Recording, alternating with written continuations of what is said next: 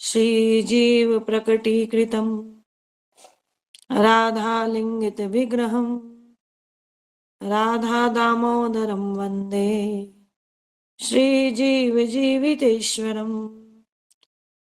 जय श्री कृष्ण चैतन्य प्रभु नित्यानंद श्री अद्वैत गदाधर श्रीवासादि गौर भक्त वृंद। हरे कृष्ण कृष्ण कृष्ण हरे हरे, हरे राम राम राम हरे हरे। वाणी गुणानुकथने श्रवणो कथायां हस्तौ च कर्मसु मनस्तव पादयोर्ना स्मृत्यां शिरस्व निवास जगत प्रणामे दृष्टिः सतां दर्शने अस्तु भवत्तनूनाम्। श्रीमद् भागवत दसम स्कंद दसम अध्याय और 38 नंबर श्लोक। वाणी गुणानुकथने श्लोक की विस्तार पूर्वक व्याख्या चल रही है और इस श्लोक की व्याख्या अंतर्गत भाग 1 में आपने वाणी गुणानुकथने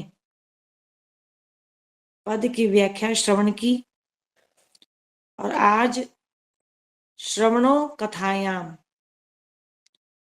इस पद की व्याख्या करेंगे। श्रवणों कथायाम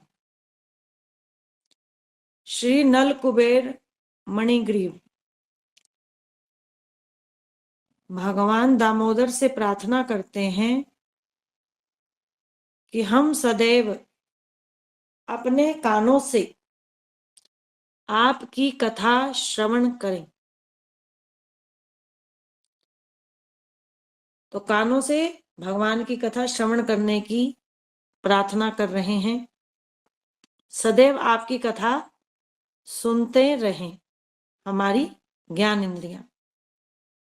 उन ज्ञान इंद्रियों में कान एक महत्वपूर्ण इंद्री है।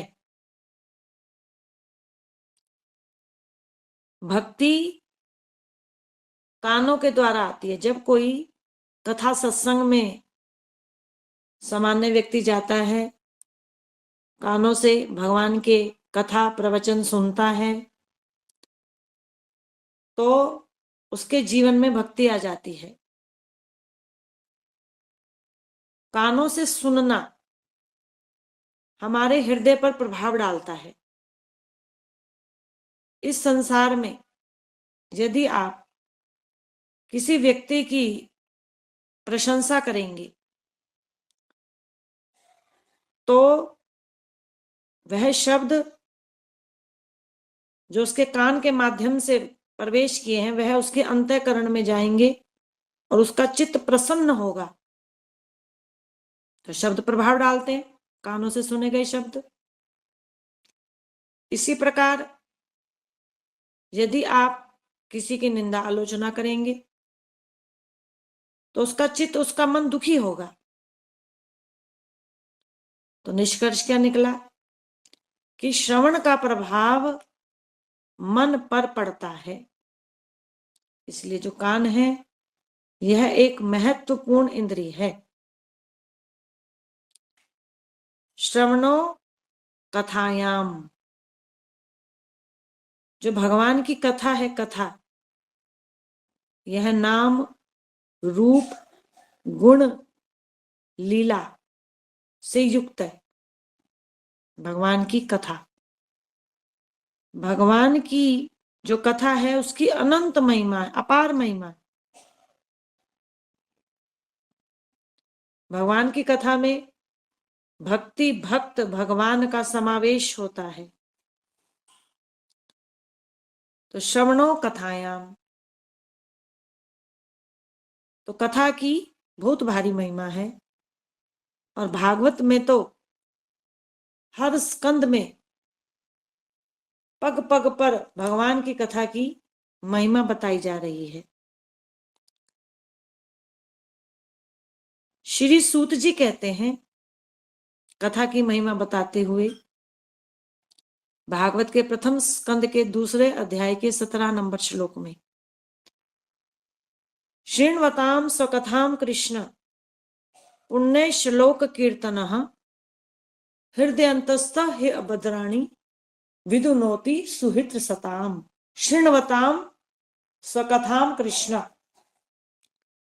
भगवान की कथा श्रवण करने से, जो कि पवित्र करने वाली है, हृदय अंतस्थ, हृदय के विकारों को नष्ट करने वाली है, ही अभद्राणी, हृदय से अनर्थ का नाश करने वाली है, विदुनोति, धो डालती है। अर्थात भगवान की कथा अंतःकरण की शुद्धि करती है। भगवान की कथा से अनर्थ निवृत्ति होती है। और अगले श्लोक में क्या कहते हैं, 18 नंबर श्लोक में, प्रथम स्कंद के दूसरे अध्याय के, नष्ट प्रायेषु अभद्रेषु नित्यम भागवत सेवया भगवती उत्तम श्लोके भक्तिर्भवती नष्ट की।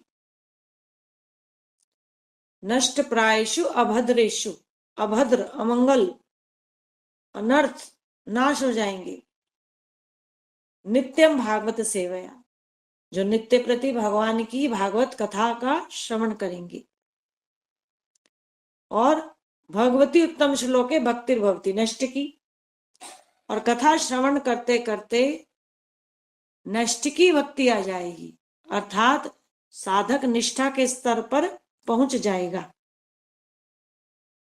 निष्ठा का स्तर क्या है? साधन भक्ति की 7 अवस्थाएं हैं, और जो साध्य भक्ति है उसकी 2, भाव भक्ति, प्रेमा भक्ति।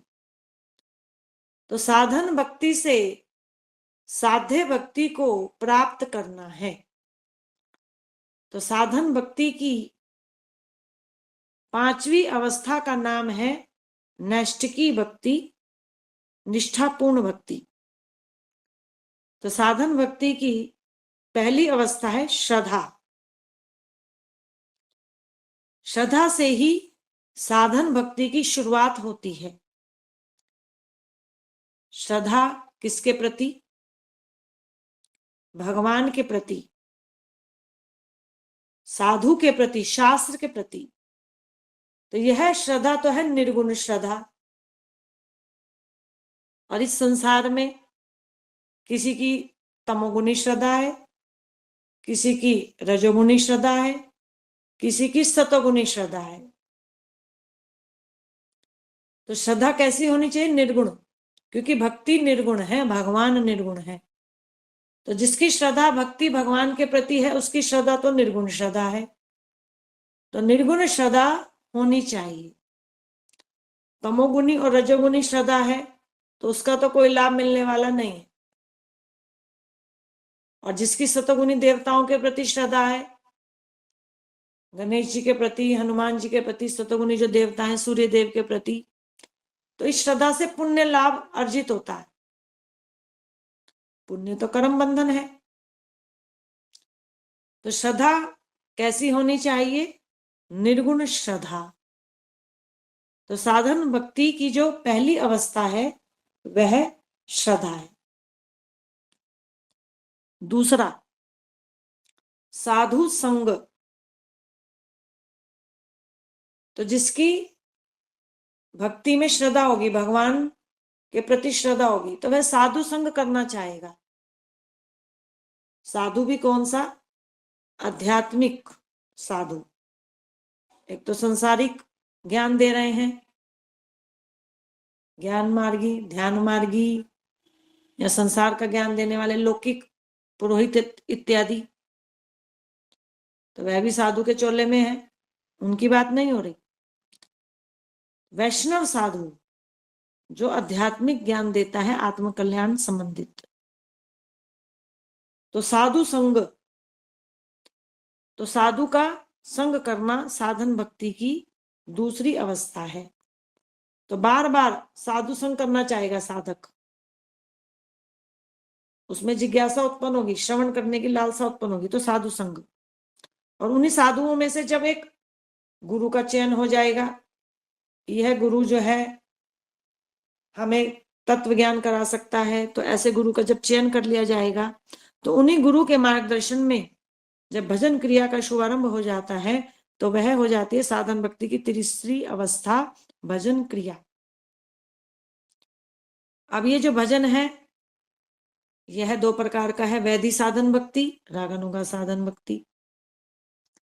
तो वैधि साधन भक्ति और रागानुगा साधन भक्ति गुरु के मार्गदर्शन में जब की जाती है तो वह होगी भजन क्रिया।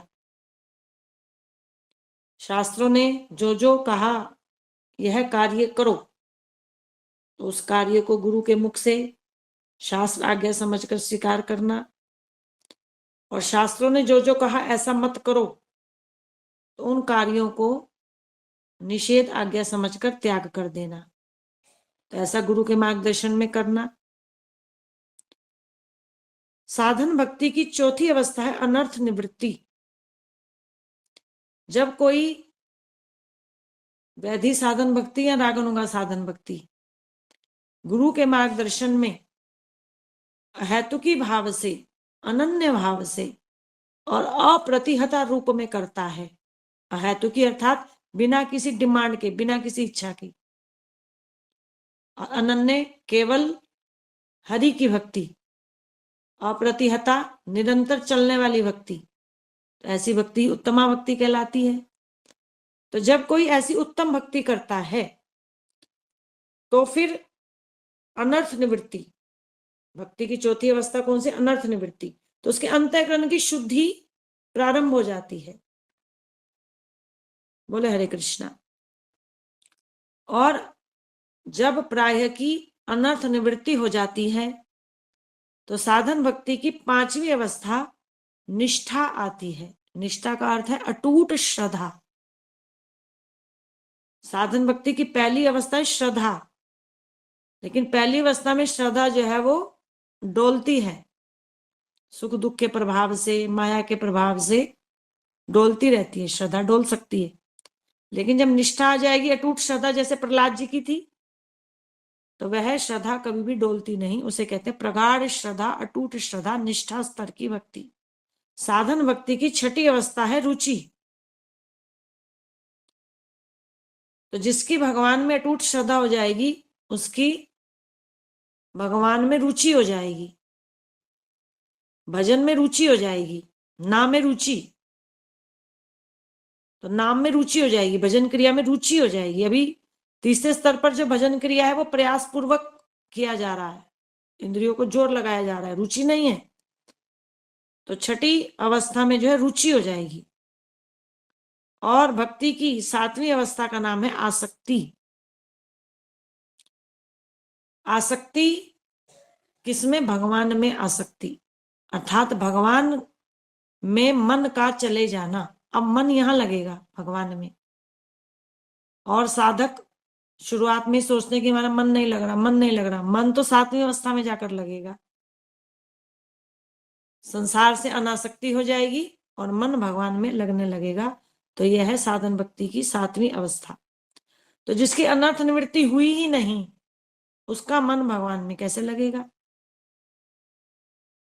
और आसक्ति के बाद आएगी रति या भाव भक्ति, अर्थात प्रेम का अंकुरण हो जाएगा। विशुद्ध सत्व हृदय में आएगा भक्त की कृपा से, राधा रानी की कृपा से, और फिर प्रेमा भक्ति प्राप्त होगी। तो इस प्रकार साधन भक्ति से साध्य भक्ति प्राप्त होती है। तो कैसे होती है? नष्ट प्रायेषु भद्रेषु नित्यम भागवत सेवया भगवती उत्तम श्लोके भक्तिर्भवती नष्ट की। जो नित्य प्रति भागवत कथा का श्रवण करेंगे उसे निष्ठा स्तर की भक्ति प्राप्त होगी। और निष्ठा के बाद आगे फिर रुचि, फिर आसक्ति, फिर रति और फिर प्रेम। तो कथा सुननी है, लेकिन कथा किसके संग में सुननी है? भगवान कपिल माता देवहूति को कहते हैं सताम प्रसंगान मम वीर्य संविदो। भक्तों के संग में भगवान की कथा सुननी चाहिए, मेरे पराक्रम की कथा सुननी चाहिए। सताम मेरे भक्तों की, जो मेरे अनन्य शुद्ध निष्काम तत्वज्ञानी भक्त हैं और जिन्होंने तत्व ज्ञान अर्जन करने के साथ साथ जो तत्व ज्ञान को समझाने में भी समर्थ हैं, ऐसे भक्तों के संग में जब मेरे पराक्रम की कथाएं सुनी जाती हैं, तब श्रद्धा रतिर भक्तिर अनुक्रमिष्यति। पहली सीढ़ी श्रद्धा, 8वीं सीढ़ी रति और फिर भक्ति अर्थात प्रेमा भक्ति। तो श्रद्धा से फिर निष्ठा, निष्ठा से फिर भाव भक्ति, भाव भक्ति से फिर प्रेमा भक्ति आ जाती है। तो कब आएगी? जब कोई भगवान के भक्तों के संग में बैठकर कथा सुनेंगे। तो श्रवण एक साधन है, कथा श्रवण ऐसा साधन जो शीघ्र अति शीघ्र हमारे अंतःकरण की शुद्धि करता है। नाम जब भी अंतःकरण को शुद्ध करता है और कथा श्रवण भी हमारे अंतःकरण को शुद्ध करता है। तो श्रवण एक तीव्र साधन है, क्योंकि शब्द हमारे हृदय पर, अंतःकरण पर जो है प्रभाव डालते हैं। तो श्रवण ऐसा साधन है, ऐसा साधन है जो हमें साध्य तक पहुंचाता है। हरे कृष्ण कृष्ण कृष्ण हरे हरे, हरे राम राम राम हरे हरे। भक्तों का अक्सर प्रश्न रहता है, साधकों का, जो भक्ति मार्ग पे आ जाते हैं, जो माला जप कर रहे हैं, एकादशी कर रहे हैं, ब्रज दर्शन भी कर रहे हैं, तो उनका प्रश्न रहता है क्या कि हम भक्ति में आगे कैसे बढ़ें। तो ऐसा प्रश्न करना, जिज्ञासा करना भक्तों के लिए बहुत अच्छी बात है कि उनकी आगे बढ़ने की लालसा है, इच्छा है भक्ति मार्ग पर। वह संतोष करके नहीं बैठ गए कि हमारे जीवन में तो भक्ति आ गई, तो वह इच्छा कर रहे हैं, तो प्रश्न पूछते हैं अक्सर। तो उत्तर आज उन्हें मिलेगा, श्रवणों कथायाम। यही उत्तर है कि भक्ति मार्ग पर श्रद्धा से प्रेमा भक्ति तक पहुंचने के लिए श्रवणों कथायाम निरंतर श्रवण करना होगा, नित्य प्रति श्रवण करना होगा। ऐसा नहीं कि एक प्रवचन सुन लिया, महीने में एक बार तो हो गया, नहीं, नित्य श्रवण करना होगा। भागवत दूसरा स्कंद, दूसरा अध्याय, 37 नंबर श्लोक में आता है, पिबन्ति ये भगवता आत्मनः सताम। पिबन्ति ये, जो भक्त भगवान की कथा अपने करण रूपी कटोरों में भर भर कर पीते हैं। पुनन्ति ये विषय विदुषिताशयम, तो उनका हृदय, उनका अंतःकरण पवित्र हो जाता है। अंतःकरण शुद्ध हुए बिना किसी को प्रेमा भक्ति नहीं मिलती। भले ही भगवान के अवतार काल के समय यह प्रेमा भक्ति सुलभ हो जाती है, किंतु साधना करनी होगी। श्रवण साधना, श्रवण भी क्या है, एक साधन भक्ति का अंग है, बड़ा ही महत्वपूर्ण अंग है और सबसे प्रथम स्थान मिला है श्रवणम कीर्तनम।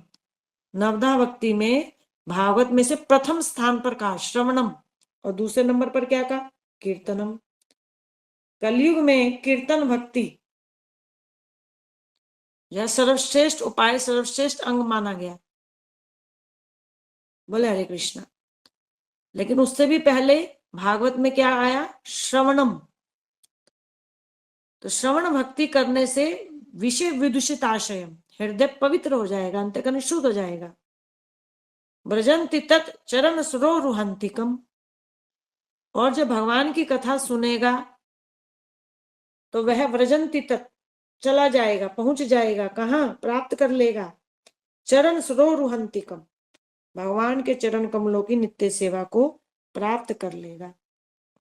तो भगवान की जो कथा है ये अत्यंत पवित्र है,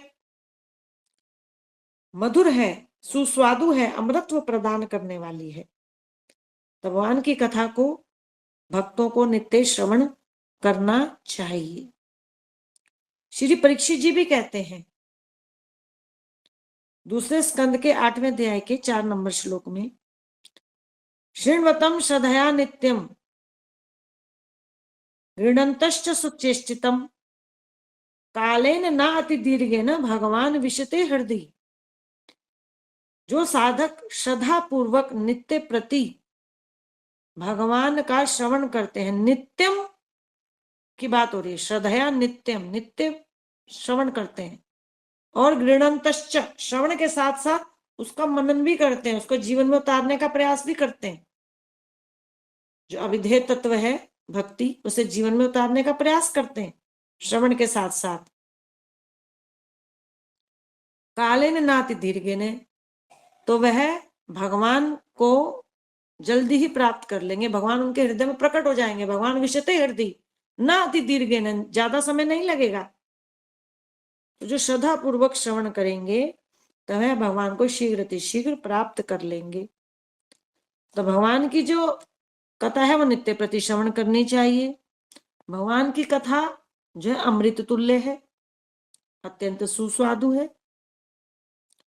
गोपियां भी कहती है कथा महिमा कहते हुए, तव कथामृतम तप्त जीवनम। भगवान की कथा अमृत तुल्य है, अमृतत्व प्रदान करने वाली, अमृतत्व अर्थात जन्म मरण के चक्कर से पार ले जाने वाली है भगवान की कथा। बोले हरे कृष्णा। भक्ति का जो प्रत्येक अंग है, भक्ति का प्रत्येक अंग भगवान को प्राप्त कराने वाला है। श्रद्धा पूर्वक यदि श्रवण करेंगे, नित्य प्रति श्रवण भागवत कथा नाम जप के साथ साथ, तो केवल भागवत कथा श्रवण करने मात्र से भगवान की प्राप्ति संभव है। बोले हरे कृष्णा।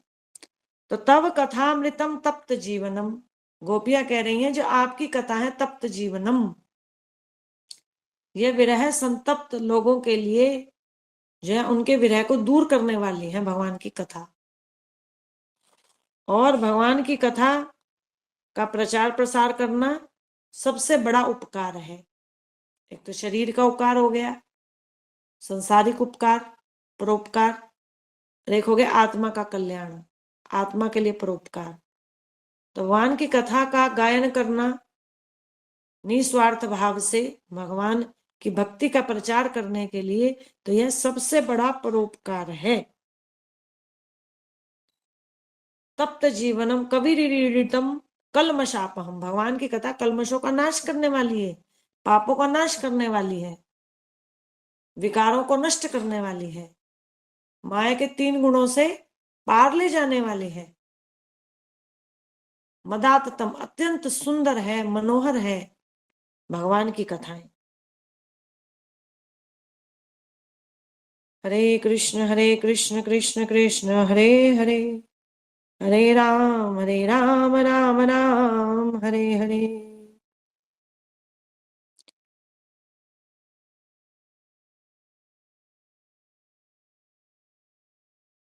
श्रीमद् भागवत प्रथम स्कंद 7th अध्याय 7th श्लोक में श्री सूत जी कहते हैं, यस्याम वै शृण्यमाणानाम कृष्णे परम पुरुषे भक्ति उत्पद्यते पुंसाम शोक मोह भयापहा। जो श्री कृष्ण परम पुरुष की कथा का श्रवण करते हैं, भक्ति उत्पद्यते पुंसाम, उनके हृदय में प्रेमा भक्ति जागृत हो जाती है।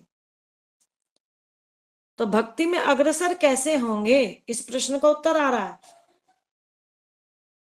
भक्ति में आगे कैसे बढ़े? यस्य वे श्रुण्यमाणायाम कृष्णे परम पुरुषे, परम पुरुष श्री कृष्ण की कथा का नित्य श्रवण करना चाहिए। तो जो श्रद्धा पूर्वक नित्य श्रवण करेगा अपराध रहित होकर, तो भक्ति उत्पद्यते पुंसाम, तो उसके हृदय में प्रेमा भक्ति आ जाएगी। और जब प्रेमा भक्ति आएगी तो शोक मोह भयापहा, शोक मोह भय तो प्रेमा भक्ति के आने से पूर्व ही नष्ट हो जाएंगे। तो शोक का नाश होना, मोह का नाश होना, भय का नाश होना, ये तो भक्ति का गुण फल है साधन भक्ति का। तो साधन भक्ति का जो मुख्य फल है वह है प्रेमा भक्ति की जागृति। तो प्रेमा भक्ति जागृत हो जाएगी तो हम साधय भक्ति तक कैसे पहुंचेंगे? तो उत्तर है कथा श्रवण से। ये तो तदीय चरणाम्बुज कोश गंधम जिगणंती कर्ण विवरे। तो यदि हम अपने कर्ण विवरों से, कर्ण पात्रों से भगवान की कथा श्रवण करेंगे तो भगवान के चरण कमलों के कोश तक पहुंच जाएंगे। बोले हरे कृष्णा। तो यहां एक शब्द आता है श्लोक में, जिगणंती कर्ण विवरे, जो अपने कानों से कथा को सूंघेंगे, कानों द्वारा सूंघेंगे, जिगणंती। अब कानों से तो सुनना होता है, तो यहां आ रहा है सूंघना। कानों से कौन सी क्रिया होती है? सुनना। और यहां श्लोक में आ रहा है कर्ण विवरे जिगणंती, कर्ण विवरों से सूंघना। तो सूंघना तो नाक की क्रिया है। बोले हरे कृष्णा। चरण अंबुज कोश गंधम, तो जो चरण कमल है, कमल, क्योंकि भगवान के चरणों को क्या कहा? कमल। कमल एक सुगंधित पुष्प है। तो पुष्प में से मधुर मधुर गंध आती है। तो गंध तो नाक के द्वारा ही ग्रहण की जाएगी ना, नासिक रंध्रों के द्वारा। तो इसीलिए कहा गया कि कर्णों से, कानों से सूंघना है क्या?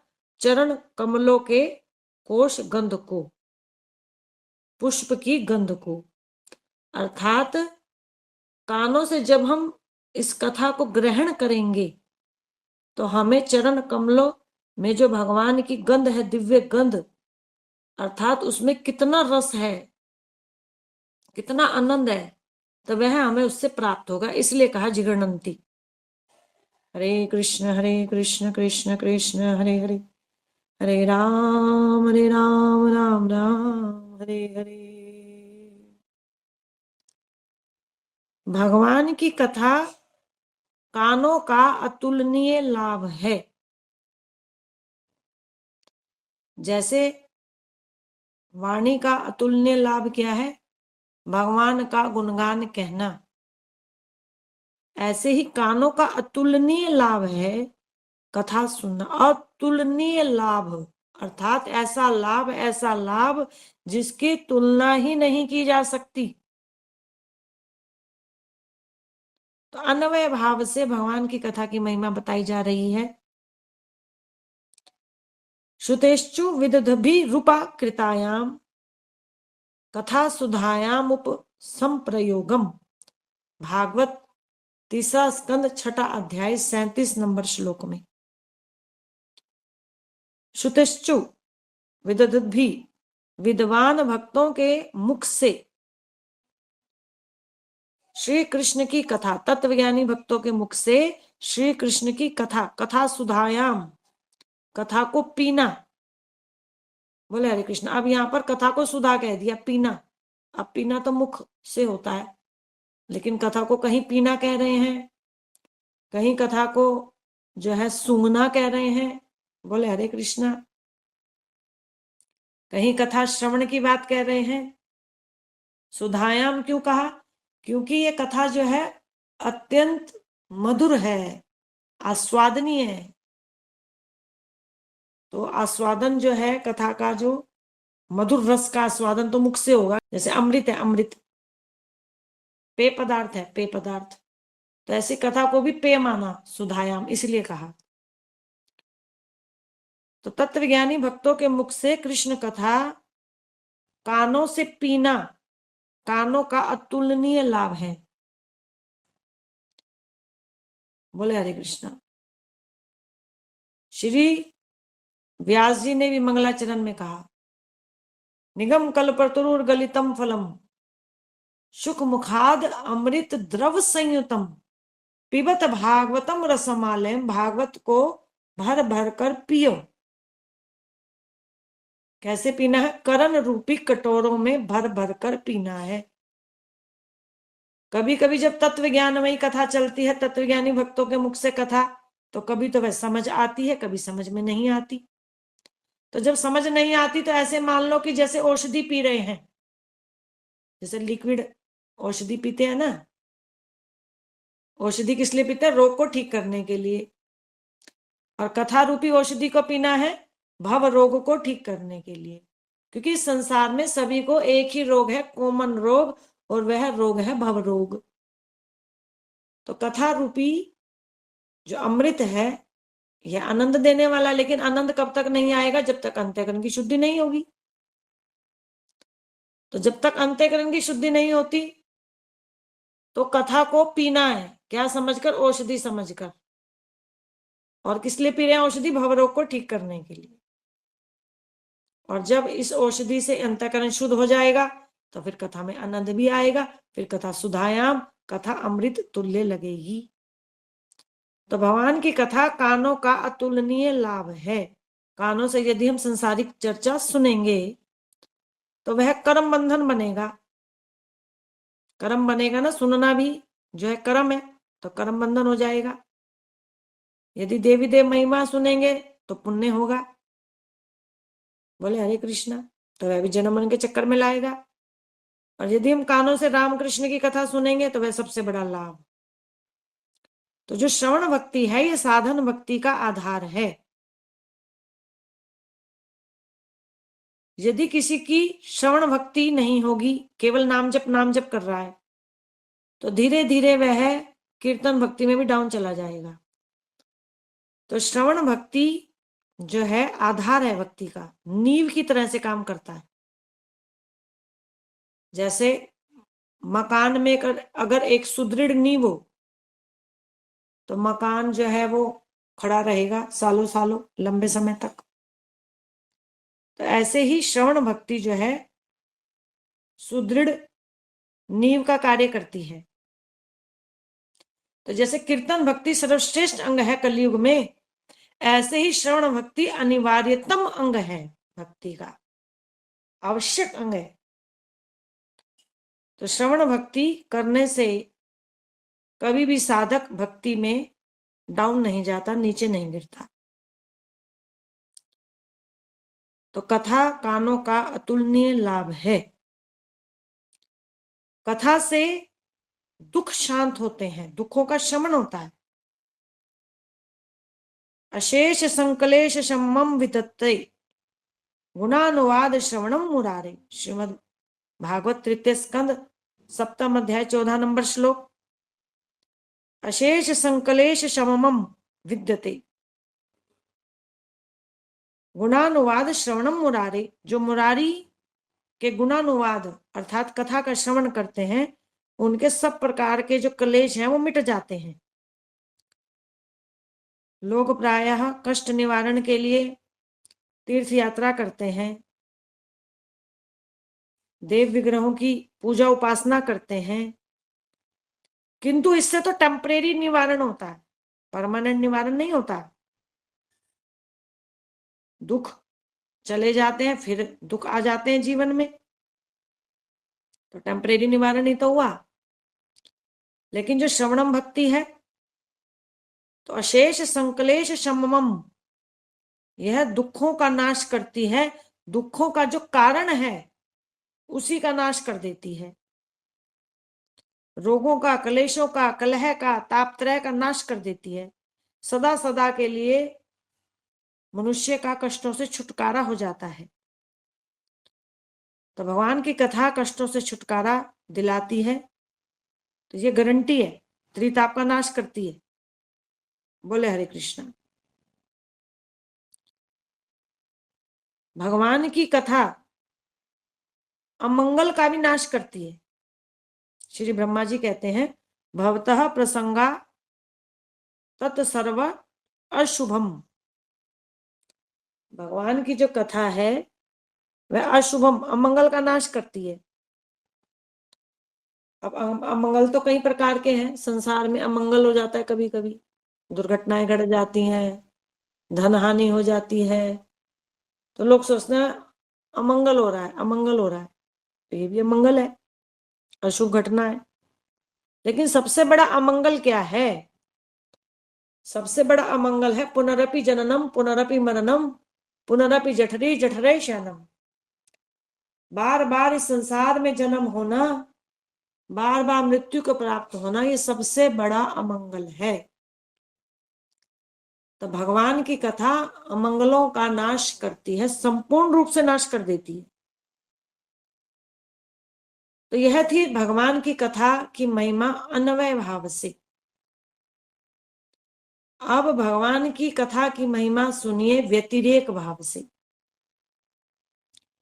श्री शौनक जी श्रीमद् भागवत के दूसरे स्कंद के तीसरे अध्याय के 20 नंबर श्लोक में कहते हैं बिले बतो उरुक्रम विक्रमाणये न श्रृण्वतः कर्ण पुटे नरस्य। जो कान भगवान की कथा श्रवण नहीं करते, उनके कान सांप के बिल के समान है। यही बात श्री तुलसीदास जी ने श्री रामचरितमानस में कही है। जिन हरि कथा सुनहि नहीं कान्हा, श्रवण रंध्र अहि भवन समाना। राम सिया राम सिया राम जय जय राम। जिन हरि कथा सुनहि नहीं कान्हा, जिनके कान हरि कथा का श्रवण नहीं करते, उनके जो कान के छिद्र हैं यह सांप के बिल के समान है। सांप के बिल के समान क्यों कहा? अब बिल में तो चूहा रहता है, अब कानों के छिद्र को बता दिया सांप के बिल के समान। बोले हरे कृष्णा। बिल में चूहा रहता है और बिल चूहा ही बनाता है, लेकिन जो सांप होता है, सांप वह भी बिल में रहता है, लेकिन वह कभी बिल नहीं बनाता, बिल नहीं खोदता, तो वह चूहे को खा जाता है और चूहे के बिल पर कब्जा कर लेता है। तो ऐसे ही भगवान ने जो कानों के छिद्र दिए थे, मनुष्य के कानों के छिद्र, ये किस लिए प्रदान किए थे? ताकि हम इन कानों से भगवान की कथा का श्रवण कर सके। तो मनुष्य के कान बनाए ही इसीलिए गए थे, किंतु इन कानों पर संसारिक विषय रूपी सर्प ने कब्जा कर लिया है, तो इसीलिए कहा कि सांप के बिल के समान है। भगवान की कथा की महिमा अन्वय भाव से बताई गई है। भगवान की कथा श्रवण करना प्रत्येक व्यक्ति के लिए जरूरी है, प्रत्येक मनुष्य के लिए, यहां तक कि ऋषियों के लिए भी जरूरी है। श्री ब्रह्मा जी कहते हैं श्रीमद् भागवत के तीसरे स्कंद के 9वें अध्याय में, ऋषियों अपि देवा युष्मत् प्रसंग विमुखा इहि संसरंती। अर्थात सामान्य व्यक्ति की तो बात ही छोड़ दो, यदि कोई उच्च कोटि का ऋषि भी कथा प्रसंग से विमुख हो जाएगा तो इहि संसरंती, तो वह इस संसार में जन्म मरण के चक्कर में रहेगा। इसलिए भगवान की कथा में कभी भी अरुचि नहीं होनी चाहिए। भगवान की कथा ऋषियों के लिए भी जरूरी है, भक्तों के लिए भी जरूरी है। ऐसा ना सोचे कि भक्ति मार्ग पर आ गए, अब तो भक्ति का ज्ञान हो गया, अब तो हमें कथा श्रवण की आवश्यकता नहीं। तो कथा ऐसा साधन है, ऐसा साधन है जो हमें साध्य की ओर निरंतर अग्रसर कराता है। तो कथा श्रवण बहुत जरूरी है। तो भगवान की कथा श्रवण की अन्वय भाव से महिमा आपने सुनी और व्यतिरेक भाव से भी सुनी। अब एक प्रश्न उठता है कि कथा किससे सुने। कथा सुनने की महिमा है, तो कथा किसके मुख से सुने। जहां जहां कथा की महिमा है वहां वहां सताम, प्रसंगान, संग की महिमा है, भक्तों की महिमा भी लिखी है कि भक्तों के संग में सुने, बार बार आ रहा है। तो कथा वैष्णवों के मुख से सुने। श्री पद्म पुराण में आता है, अवैष्णवम मुखोदगिरणम हरिपूतम कथामृतम वैष्णव नेव कर्तव्यम सर्पोच्छिष्ट यथा पयः। आचरण में लाने वाला श्लोक है, समझने वाला श्लोक है। अवैष्णवम मुखोदगिरणम, भगवान की कथा अवैष्णव के मुख से नहीं सुननी चाहिए। यद्यपि भगवान की कथा पूतम कथामृतम, अमृत तुल्य है, किंतु जैसे दूध अमृत तुल्य होते हुए भी सर्व के मुख से झूठा हो जाने पर ग्रहण करने योग्य नहीं, वह विष तुल्य हो जाता है। ऐसे ही भगवान की कथा यदि अवैष्णवों के मुख से सुनते हैं तो वह लाभ की बजाय हानि कर सकती है।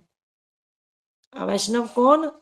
जो भगवान के अनन्य भक्त नहीं, जिन्हें शास्त्रों का तत्व ज्ञान नहीं। तो जो कथा व्यापार के लिए की जाती है, मनोरंजन के लिए की जा रही है, आत्म कल्याण के लिए नहीं, तो उस कथा को ग्रहण श्रवण नहीं करना चाहिए।